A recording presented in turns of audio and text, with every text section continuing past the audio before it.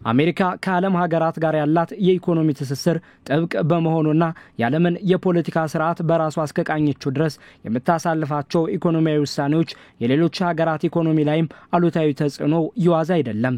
ምንም እንኳን በ2023 ይፋ የተደረገ መረጃ 70% የዓለም ኢኮኖሚ ንግድ ከአሜሪካ ይልቅ ወደ ቻይና ያዘነበለ ነበር ቢልም ዋሽንግተን በ2024 ብቻ የ3.3 ትሪሊዮን ዶላር ገቢ ንግድ ከዓለም ሀገራት ጋር ነበራት። ወትሮም በአወዛጋቢነታቸው የሚታወቁት ዶናልድ ትራምፕ ድጋሚ ተመርጠው የአሜሪካ ፕሬዚዳንት ከሆኑ ወዲህ ያሳለፏቸው የታሪፍ ውሳኔዎች ከያሉ ሀገር የንግድ ትስስር ያላቸውን በርከት ያሉ ሀገራትን ስጋት ላይ ጥለዋል። ከነዚህ ሀገራት መካከል ደግሞ ኤዥያን በሚል ህብረት የሚታወቁት 10 የደቡብ እስያ ሀገራት ይገኙበታል። በዚህ ቀጠናዊ ጥምረት ስማቸው ኤዥያን የተካተቱት ሀገራት ሲንጋፖር፣ ታይላንድ፣ ቪየትናም፣ ፊሊፒንስ፣ ብሩኔይ፣ ካምቦዲያና ሊዮስ ናቸው። ሀገራቱ በ2024 ብቻ ወደ አሜሪካ የ352.3 ቢሊዮን ዶላር ምርትን በውጭ ንግድ ልከዋል። በደቡባዊ የቻይና ባህር አንዳንዶቹ ከቻይና ጋር እሰጥ አገባ ውስጥ የገቡ መሆናቸውም ይታወቃል። በዘንድሮው ዓመታዊ ጉባኤያቸው ግን በሁለተኛ ቀኑ የአሜሪካ የታሪፍ ውሳኔ ስጋትን ለመቋቋም በሚያስችላቸው የንግድ ትብብር ዙሪያ ከቻይናና 6 የመካከለኛው ምስራቅ ሀገራትን ሳውዲ አረቢያ፣ ዩናይትድ አረብ ኤሚሬቶች፣ ኳታር፣ ኩዌት፣ ባህሬንና ኦማንን ያቀፈው የባህረ ሰላጤው ገልፍ ህብረት ምክር ቤት ጋር መማከር መርጠዋል።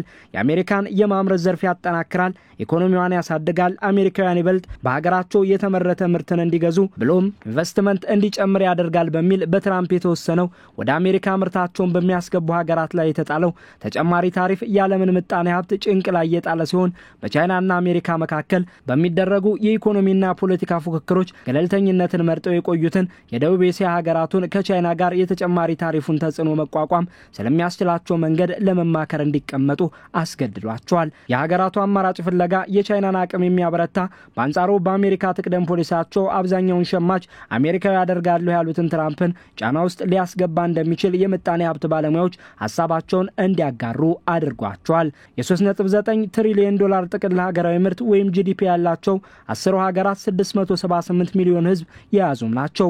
በዚሁ የመጀመሪያው የኤዥያን የቻይናና የገልፍ ህብረት ምክር ቤት የሶስትዮሽ ምክክር እየተካሄደ ባለበት ወቅት ከደቡብ እስያ 10 ሀገራት 6ቱ ከወደ አሜሪካ የከፋ ታሪፍ በምርቶቻቸው ላይ ከተጣለባቸው ሀገራት መካከል ናቸው።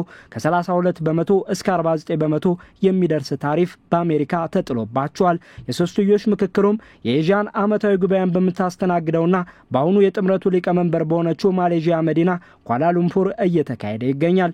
የማሌዥያው ጠቅላይ ሚኒስትር አንዋር ኢብራሂም የኤዥያንና የገልፍ ህብረት ጉባኤውን ባስጀመሩበት ሰዓት ዓለም ውስብስብ በሆነ ኢኮኖሚያዊና ጂኦፖለቲካዊ ሁኔታ ውስጥ መሆኗን ጠቁመው የደቡብ እስያና የገልፍ ቀጠና ጠንካራ ወዳጅነት ለትብብር ጽኑና ቀጣይነት ያለው ልማት ለማምጣት ቁልፍ መሆን ይችላል የሚል እምነታቸውን አንጸባርቀዋል። በተለይም የቻይናው ፕሬዝዳንት ሺ ጂንፒንግ ማሌዥያና ካምቦዲያ ተጉዘው እንዴት የአሜሪካን ታሪፍ እንቀልብስ በሚለው ላይ መምከራቸው ይታወሳልና የአሁኑ ጉባኤም ቁልፍ ሚና ለቤጂንግ ኢኮኖሚ ይኖረዋል እየተባለለት ነው። የዓለምን ኢኮኖሚ ባይገመት የሁኔታ ውስጥ መሆን በኤዥያን ጉባኤ ላይ የተናገሩት ጠቅላይ ሚኒስትር ኢብራሂም በንግድ ላይ ኢኮኖሚያቸው የተደገፈው የደቡብ እስያ ሀገራቱ በአሜሪካ የታሪፍ ውሳኔ ስጋት ላይ መተባበር እንደሚገባቸው በመግለጽ ቻይና ከሀገራቱ ጋር ለመስራት እያደረገች ያለውን ጥረት ጠቁመዋል። Underscored by remarkable resilience.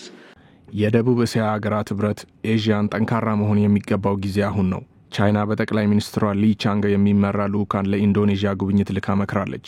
ወደዚህም ልኡካኗን የእስያ ጎረቤቶቿ ጋር ያላትን የንግድ ትስስር ስለማጠናከር ለመምከር ልካለች። የደቡብ እስያ ቀጠና ከመካከለኛው ምስራቅ ጋር ያለውን ወዳጅነት ለማጠናከርም ይሰራል። And sobering global developments. ጠቅላይ ሚኒስትሩ ከጉባኤው አስቀድመው በሰጡት መግለጫ የጂኦፖለቲካዊ አሰላለፍ የሚቀየርበት ጊዜ ላይ መሆኑን በመጠቆምም የዓለም አቀፉ የንግድ ስርዓትም ቢሆን በአሜሪካ የብቻ የማናለብኝነት የታሪፍ ውሳኔ ሳቢያ ወደ መቀየሩ መሆኑን ጠቁመዋል።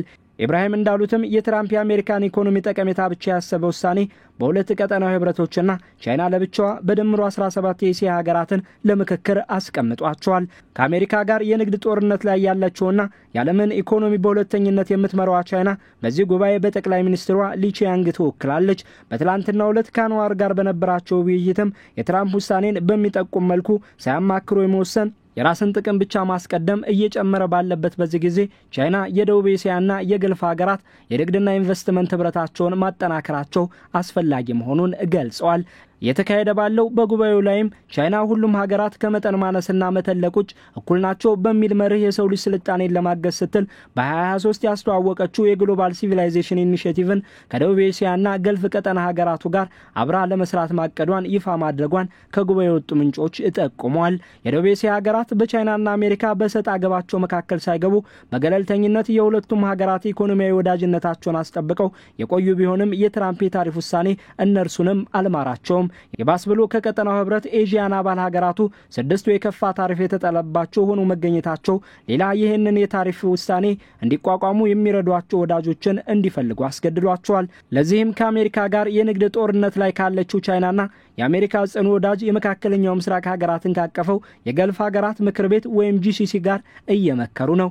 ይሄው የኤዥያን የገልፍ ሀገራት ምክር ቤትና ቻይና የሶስትዮሽ ምክክር የ23.7 ትሪሊዮን ዶላር ጥቅል ምርት ወይም ጂዲፒ ያላቸው 2.2 ቢሊዮን ህዝብ ወካዮች የሚመክሩበት ወሳኝ ጉባኤ ነው። ነገም ቀጥሎ የሚካሄደው ጉባኤው ምናልባትም በ17ቱ ሀገራት መካከል ሊፈጥር የሚችለው የንግድና ኢንቨስትመንት ስምምነት አሜሪካ የታሪፍ ውሳኔዋን እንደገና እንድታጤን ሊያስገድድ ብሎም የዓለምን የንግድ ስርዓት ሊቀይር ይችላል ተብሎ ይጠበቃል።